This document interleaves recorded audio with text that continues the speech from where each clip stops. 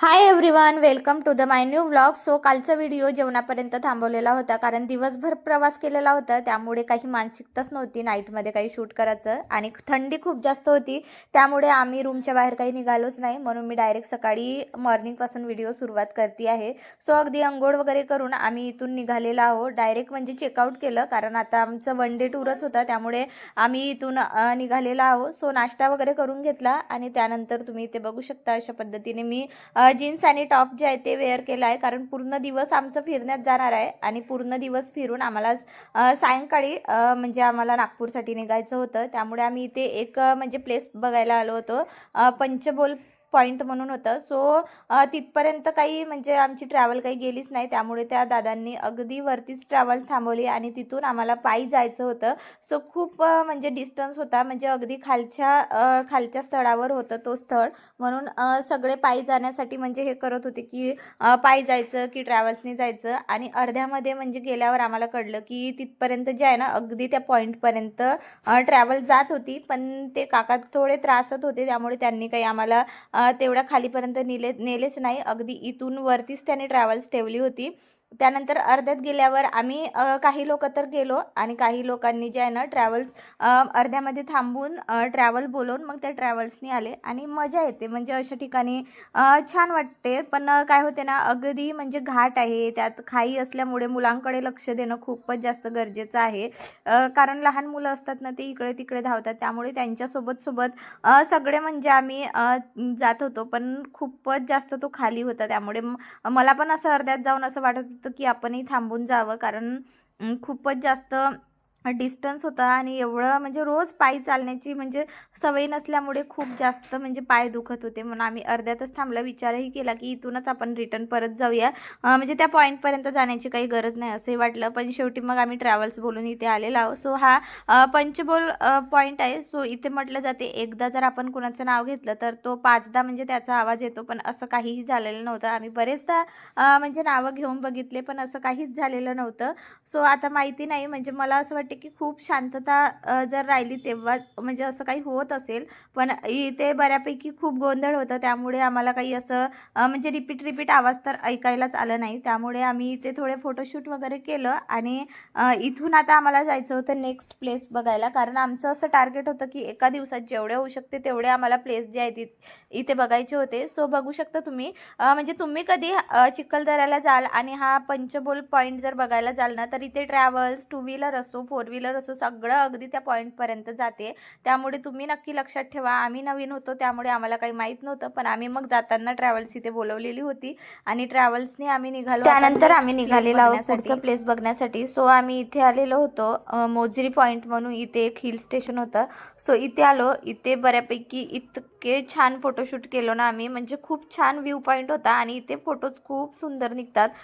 म्हणजे जे कॅमेरेवाले दादा फिरत असतात ना, त्यांच्याकडून आम्ही भरपूर असे फोटोशूट करून घेतले आणि तेच फोटो आम्ही मोबाईलमध्ये म्हणजे त्यांचे मागितले. काही कॉपीज बनवली, तर काही डायरेक्ट मोबाईल म्हणजे त्यांच्या कॅमेऱ्यातून डायरेक्ट आम्ही मोबाईलमध्ये घेऊन घेतले. आणि खरं सांगू तर इतके सुंदर फोटो निघालेले होते ना, मी म्हणजे थंबनेलमध्ये काही फोटो म्हणजे ॲड केलेले आहेत, तुम्ही नक्कीच एकदा बघा. त्यानंतर तुम्ही इथे बघू शकता, म्हणजे बऱ्यापैकी खूप जास्त काही गर्दी नव्हती, कारण आम्ही खूप सकाळी सकाळी इथे आलेलो होतो, त्यामुळे इथे खूप जास्त काही गोंधळ नव्हता.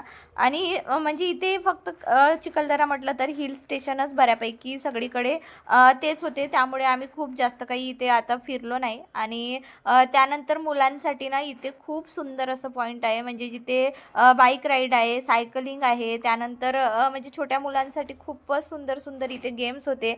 सो आम्ही पण इथे बाईक रायडिंग वगैरे जे आहे ना ते करून घेतलेलं आहे. सो माझ्यासोबत चिऊ बसली आणि चिऊचे पप्पा आणि वेदांत जे आहे ना त्याने एक म्हणजे छोटी अशी कार होती ती चालवली आणि खरं सांगू तर मजा पण आली. म्हणजे जसं आपण स्कूटी चालवतो ना, सेम तशीच चालवायची होती, फक्त थोडी हेवी असल्यामुळे समजतच नव्हतं की डायरेक्शन कोणतं घ्यायचं.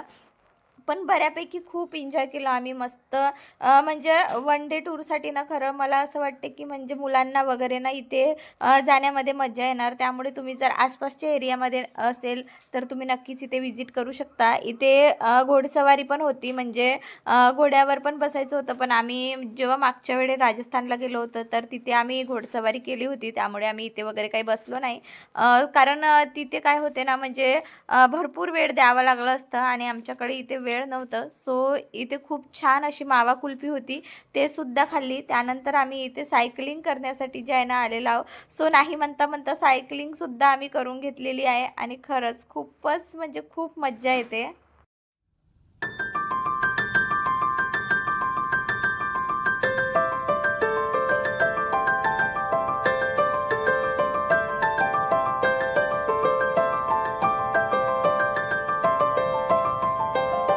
त्यानंतर तिथून डायरेक्ट आम्ही इथे भीमकुंड म्हणून जे आहे ना ॲडव्हेंचर ठिकाणी आलेलो आहोत. सो इथे पण म्हणजे ट्रॅव्हल्स काही जात नव्हती आणि 2-3 किलोमीटरवर होतं आणि इथे जिप्सी जे असतात ना ते जात होते. सो पर पर्सन म्हणजे 50 रुपीज असं काही त्याचं रेट होतं. म्हटलं चला, पाय दुखवण्यामध्ये काही अर्थ नाही, कारण 2 ते 3 किलोमीटर इथून होतं, त्यामुळे आम्ही इथे जिप्सी केलेली आहे आणि जिप्सीनेच जे आहे ना आम्ही त्या ठिकाणी जाणार आहोत.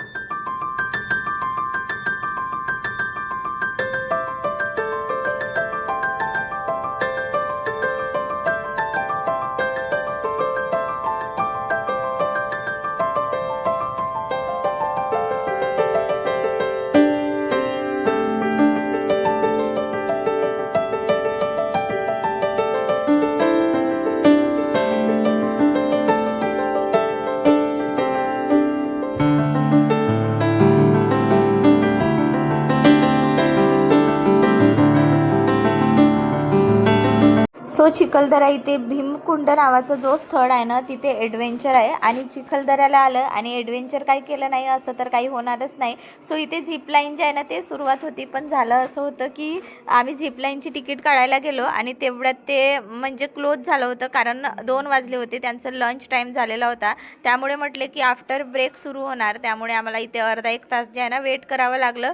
सो मी तर अजिबात विचार केलं नव्हतं की मी झिपलाईन करणार म्हणून, पण झालं अशी गंमत होती की चिवच्या पप्पांनी तिकीट काढलं होतं त्यांच्यासाठी, पण त्यांना म्हणजे तेवढं काही जमलंच नाही. ते खूप घाबरून गेले सगळं, म्हणजे एवढी मोठी खाई बघून ना ते पण घाबरले, त्यामुळे ते काही गेलेच नाही. म्हटलं चला आता तिकीट काढलंच आहे तर ते वाया जाण्यापेक्षा म्हटलं मीच जाऊन येते, म्हणून मी ट्राय केला आणि मी म्हणजे तो ॲडव्हेंचर करून बघितला आणि खरंच खूपच म्हणजे तो अनुभव ना खूपच भारी होता. म्हणजे माझ्यासाठी तरी, म्हणजे मी फर्स्ट टाईम केला होता, त्यामुळे ना मला खूप आनंद होत होता की मी करू शकते. म्हणजे किती छान ना, म्हणजे हा सुद्धा अनुभव मला घेता आला आणि ते केल्यानंतर म्हणजे अजिबात मला म्हणजे सुरुवातीला खूप भीती वाटली की मी करणार की नाही, पण तिथून जाऊन आल्यावर ना इतकं रिलॅक्स फील होत होतं की म्हणजे छान आहे. म्हणजे आपण वन टाईममध्ये तर करूच शकतो आणि तो खूप जास्त वेळेचं काही होतच नाही, अगदी खूप शॉर्ट टाईमचं होतं, त्यामुळे तेवढं काही मला वाटलंच नाही. अगदी झिपलाईन वगैरे करून आम्ही इथून निघालो. आता डायरेक्ट आम्ही जाणार आहोत नागपूरला. सो चला आता भेटूया आपण पुढच्या व्लॉगमध्ये. तुम्ही हे व्लॉग बघताय, मला याचं खूप आनंद होत आहे. तुम्हाला अशा प्रकारचे व्हिडिओ आवडत असतील तर मला नक्कीच कमेंटमध्ये सांगा. चलो बाय.